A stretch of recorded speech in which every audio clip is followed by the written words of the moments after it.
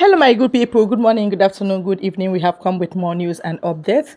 Yes, this is still from Victory Voice TV, where you get all those news that matter to us. We are back and better. Sorry, something broke our transmission.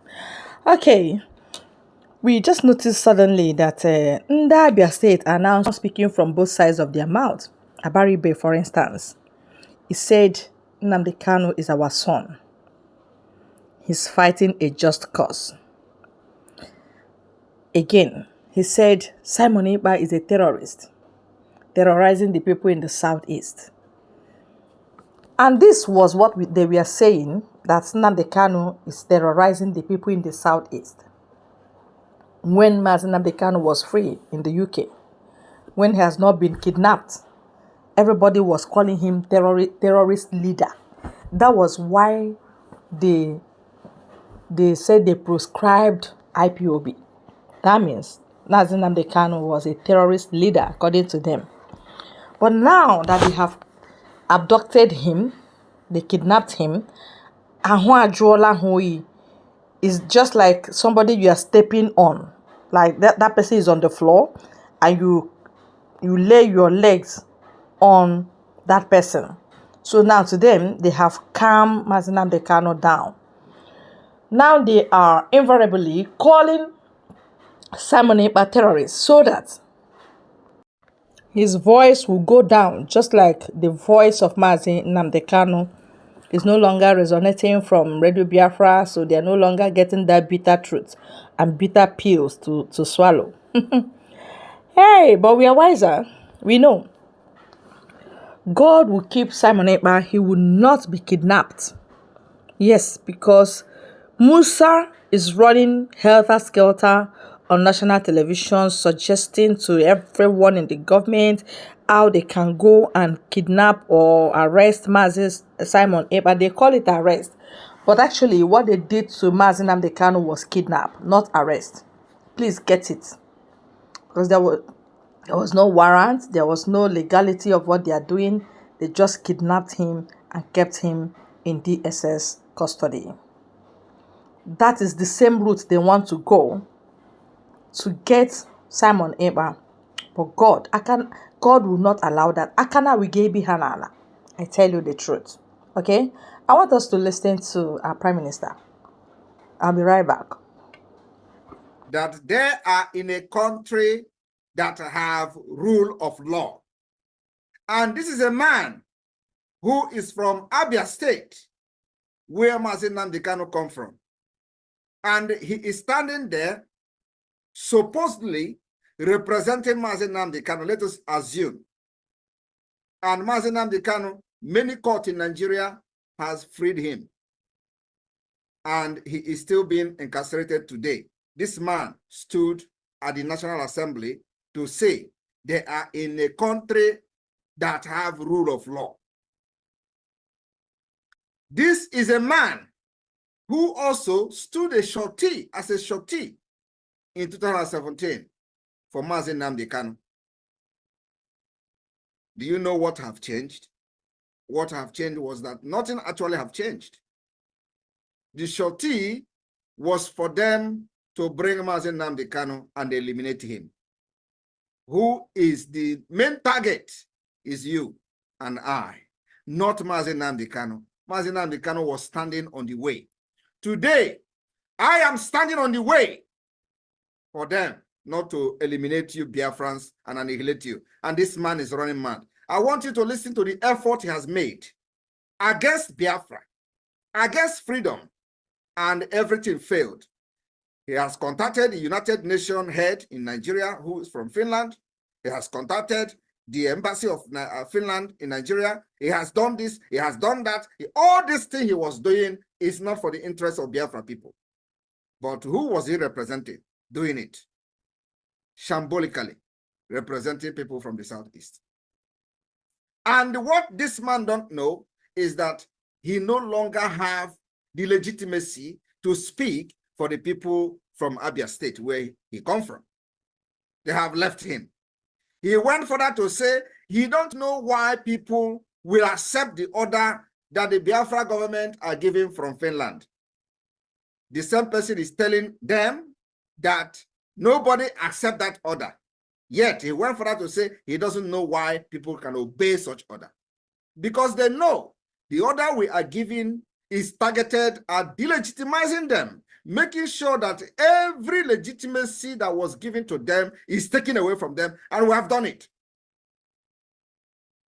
This same man who is speaking like this is now part of those who claim they want to do regional government.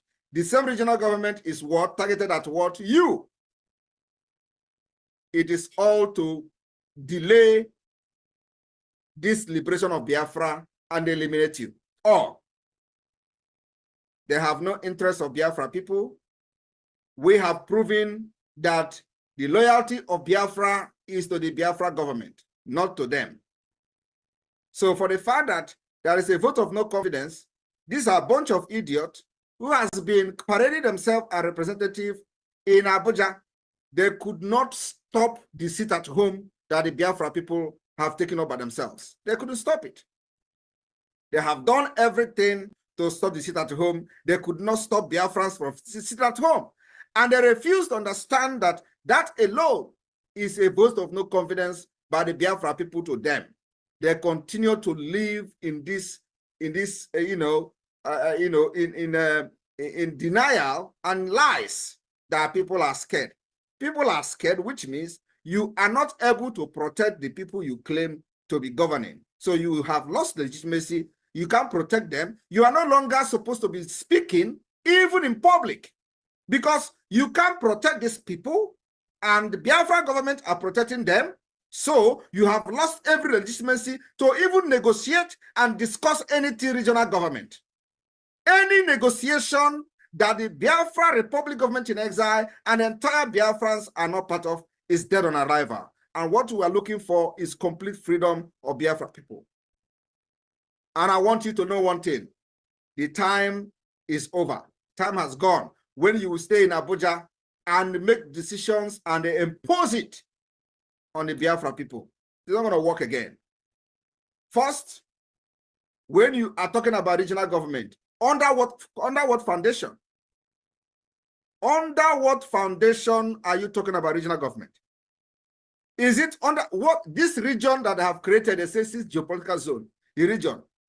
What was the, who gave them the consent to create this geopolitical zone? You see, they don't know what is coming to them. They thought that we are fools. You first created this geopolitical zone. Who gave you the mandate? Did you seek the consent of the people before creating the geopolitical zone? Were there a referendum that people agreed to be in a geopolitical zone? The answer is no. I want Biafran to understand that Ayijinde and Apuramu. And one thing I don't know is that I have not even opened the Ngugu Nkereha. And when I will begin to open this Ngugu, they will know where I'm coming from. You see, this regional government, this geopolitical zone, that's where we are going to begin to destroy Nigeria. Because firstly, nobody gave Obasanjo consent to create this geopolitical zone. Nobody gave Yaradua or whoever that was responsible the consent. They did not seek the consent of the people. They all sit in Abuja, just like this man, all sit in Abuja, and they say now there is six region, geopolitical zone, southeast, south, southwest. And you know what they did? All this was to just destroy Biafra, nothing else.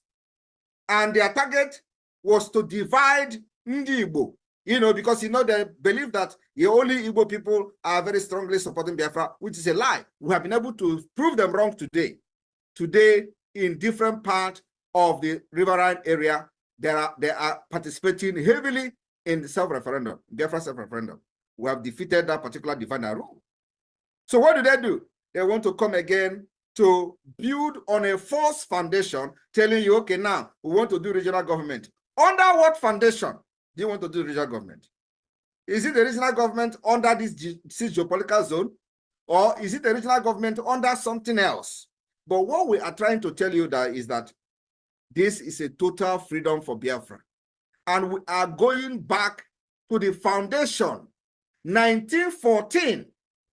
That was when this problem started. If you don't visit that foundation, 1914, believe me, Nigeria will burn down. if you try to impose any regional government again without the consent of the people. The revolution that is coming will be so brutal. I am telling you the fact, and I'm going to lead it. I am going to lead this revolution. It will start from the southeast. Enough is enough. Before you do anything, you must seek the consent of the people. As it stands today, Biafra government in exile and in homeland, the de facto government, of which I am the prime minister, is the only legitimate government that speaks for the Biafra people.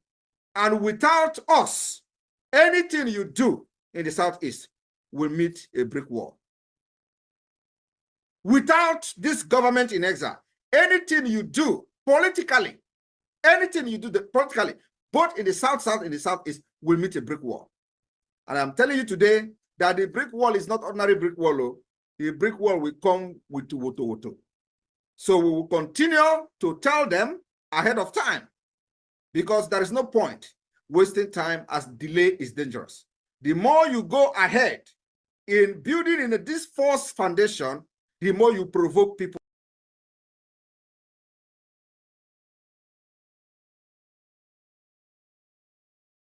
This meeting is being recorded. Is dead on arrival. We must go back to the foundation where this problem started. You force people together into one Nigeria since 1914. You marginalize sectional in some part of the country up to this point. You annihilate them. You remove everything about their religion from the constitution, and you don't allow them to excel. And we have said enough is enough. You see, today we are well armed to defend ourselves, our women, and our children. And this is not the time when you come to our land and do anyhow and go free. So those of you who know them in Abuja that are now planning about regional government, it is dead on arrival. We are not aware, and we can never accept it. Even if we are aware, it can never live to see the next day. So anybody that has anybody in Abuja that is planning regional government, it is dead on arrival. We are demanding that you must go back to the foundation. The foundation is faulty and rotten. And until you go back to that foundation, any discussion about Nigeria is dead on arrival. We can never accept anything regional government, anything restructuring under Nigeria is dead on arrival. Biafra people, I am speaking for you. Yes, you are the man of the moment. You are speaking for the Biafrans. Biafrans. Let us see where he's coming from and what he stands to gain and what he is showcasing. Let me tell you, no restructuring. The restructuring that Ojukwu agreed and they refused, and that led to this war that claimed millions of lives of Ndigbo. It will never sell. Dead on arrival. We have all said it. This is our opinion and this is our stand. We don't want to know the few elders that go to Abuja to collect money and to sign whatever they are signing. They are signing it against themselves. We will not allow that again and again. So the basic truth is that let Biafrans go. Let them go. Let them go to serve their Chukwokika Biama in the purest and clearest way. Let them go and respect their region. Let them go and develop their region. Let them go to have peace. Let them go to have the presence of God in their midst, so that God will bless them the way He wants. There is boku blessing in the hand of God for Ndigbo. I'm telling you the truth. It's just choice of God, not our own choice.